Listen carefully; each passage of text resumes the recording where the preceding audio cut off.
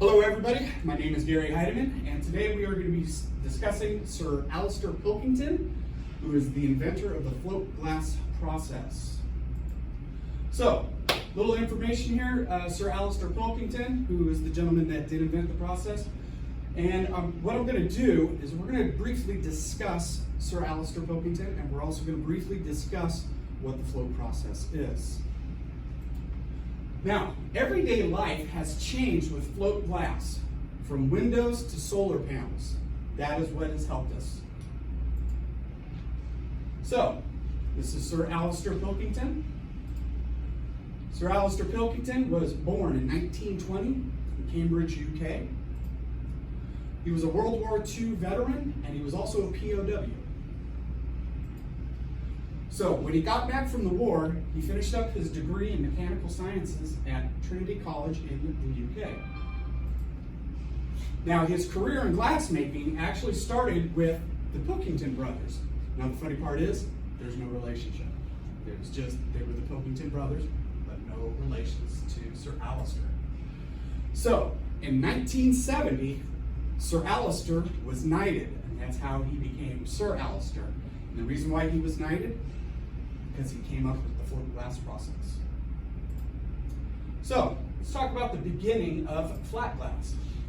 Originally, the glass was flat drawn. So as you can see by that description right there, that picture, the glass, there was actually an apparatus that went into the glass, and they pulled it up and then stretched it as high as they needed for the length. Now, problem with that, very costly. You also had very low quality from that flat draw. A lot of distortion. And you also had rollers that were helped to make it flat. And those rollers touching the glass, they had to be scratch polished to get rid of those roller marks. So, his vision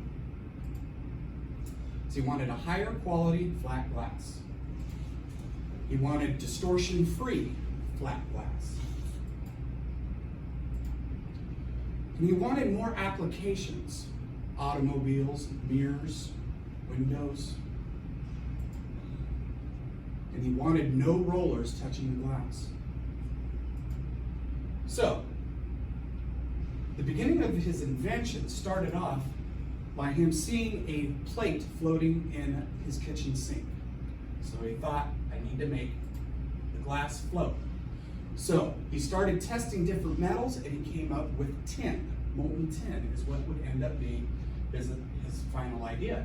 So he began pitching this to the board of directors in 1952. It went public and patented in 1959. It became profitable in 1962 and 63, and they sold their first patent to Pittsburgh Plate Glass here in the United States. Now, flat glass process, 2,000-degree molten glass, gets on top of the tin and floats on it. It makes the bottom and the top much flatter. Top rollers help with width and thickness to continue that process as it comes down the line. Nitrogen and hydrogen help pressurize the bath to keep defects out. The glass stays as one piece from the furnace to the cutting area, and that's called, we call it a rivet. Now, 95% of all flat glass is now actually made on float glass. So today, Pilkington has over 25 global locations now. It is a part of Nippon Sheet Glass, which is a global company. New innovations, economical, and higher quality is what Pilkington has gone for. Now, quick review, once again, Sir Alastair Pilkington, World War II veteran, inventor of the float glass. He has created a whole brand new world of glass. Thank you. Now, are there any questions? Curious. How does the glass float on top of the tin? That's a very good question. How does the glass float on the tin? So the glass floats on the tin because the tin is a heavier density than the glass. So it's like oil and water. They don't mix. So the glass just stays right on top of it. It's a great question. All right. Thank you very much. And here's some of where I found some of the stuff. Works cited list. And of course, sources for the images. All right, I appreciate you guys. Thank you very much.